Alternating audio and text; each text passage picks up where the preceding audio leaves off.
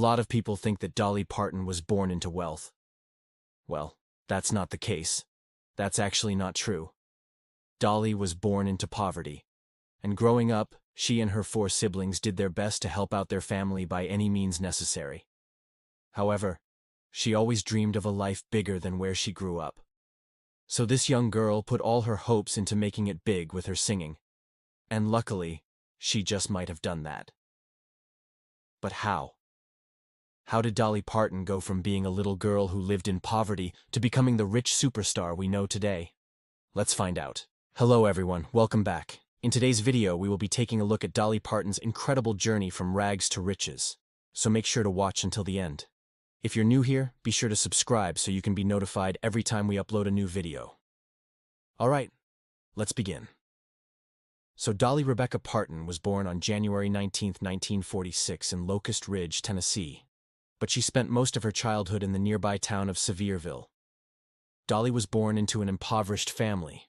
In fact, her family was so poor they didn't even have enough money to buy her proper shoes when she was a child. As a result, she wore $3 shoes that were 2 sizes too big throughout most of her early life. Even though they were very poor, her family made sure she received a good education. And after graduating from high school in 1964, Dolly set her sights on Nashville, Tennessee, the heart of the country music industry. She hoped to make it big as a singer and songwriter. So at the age of 18, Dolly moved to Nashville. But she was still very inexperienced, and no record labels would accept her. So she had to return home to East Tennessee and wait another 3 years before trying again. Before moving back home, though, she got married to her longtime boyfriend Carl Thomas Dean on May 30, 1966. They eventually settled down in Nashville, but Dolly kept working hard on her dream of becoming a famous singer. During this time, she started performing on local TV and radio programs, and at the age of 10, she was already performing on local TV shows in the Knoxville area.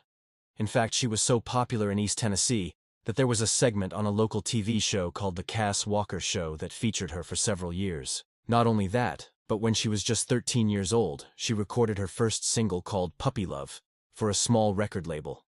And while the song never charted, it still remains the earliest known recording by Dolly. Also during these years, she worked as a secretary at the Porter Wagoner Show. Finally, when she turned 21, she got her big break. Porter Wagoner, the famous country singer, invited her to join his show as a co-singer. And although it was a humble beginning, it really helped propel her career. In fact, after joining the Porter Wagoner Show in 1967, she gained national TV exposure and met many important people in the country music business.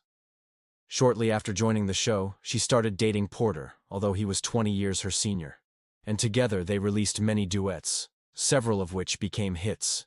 In fact, they recorded over 100 duets between 1967 and 1973.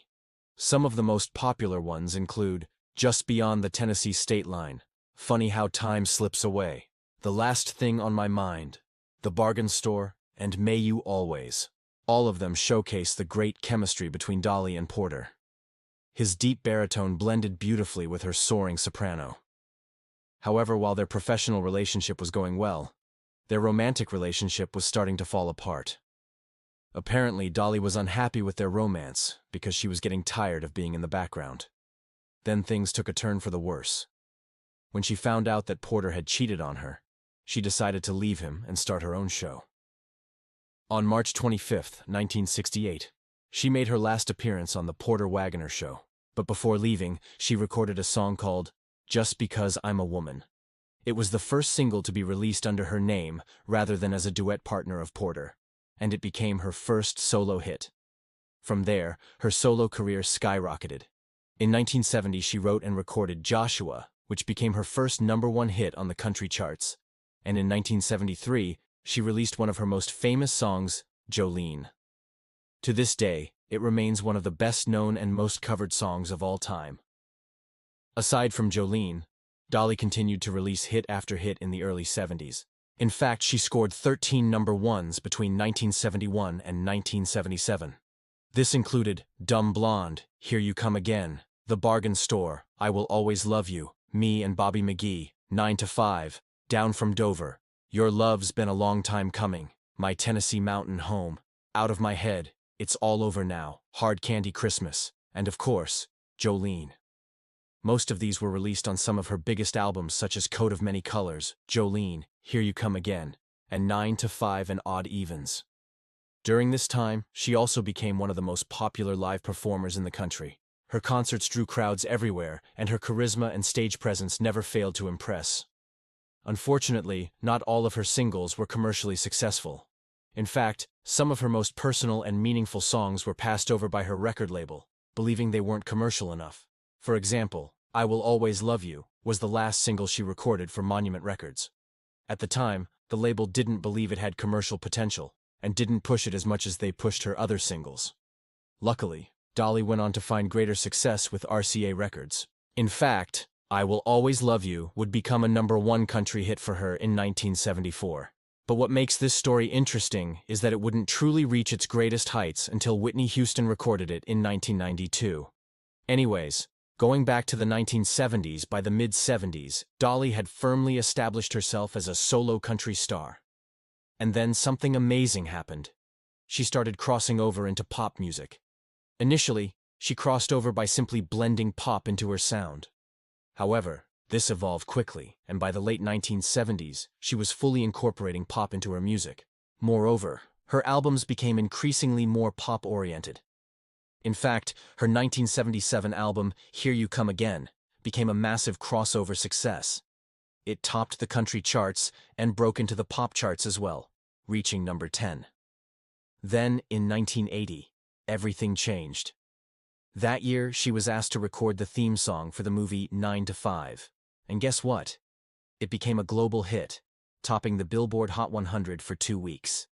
With this newfound international fame, she won multiple Grammy Awards for Best Female Country Vocal Performance, Best Country Song, and Best Country Recording. And that's not all.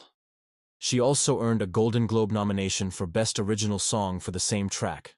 Therefore, she cemented herself as a superstar who could reach the top of both the country and pop charts. This paved the way for her to continue releasing hit singles and albums throughout the 1980s and 90s. She continued to win awards and accolades, and her popularity never waned. And even though the country music scene was changing drastically in the 1990s, she still managed to release some of her best work during that time. Some of her most famous albums were released in the 90s, including Eagle When She Flies, The Grass Is Blue, and Little Sparrow. These albums showcased a more mature and sophisticated side of Dolly, and critics praised her for her songwriting and vocal abilities. Furthermore, Whitney Houston's version of I Will Always Love You introduced her to a new generation of fans. And as a result, she remained relevant throughout the rest of the 20th century. Going into the 2000s, Dolly continued recording and collaborating with younger artists. She also returned more to her bluegrass and roots music with albums like The Grass Is Blue in 1999 and Little Sparrow in 2001. These albums were critically acclaimed and showed off her versatility as an artist. Sadly, though, she suffered a major setback in 2001 when her longtime producer and friend Robert Mutt Lange was involved in a scandal. This caused her to take a break from making music. But in 2006, she came back with an album called The Best Little Whorehouse in Texas. It was a tribute to her friend, and she followed it up with 2 more studio albums in the 2010s. Throughout her career, Dolly has written over 3,000 songs and recorded more than 2,500 of them. She has sold more than 100 million records worldwide and had more than 25 #1 country hits.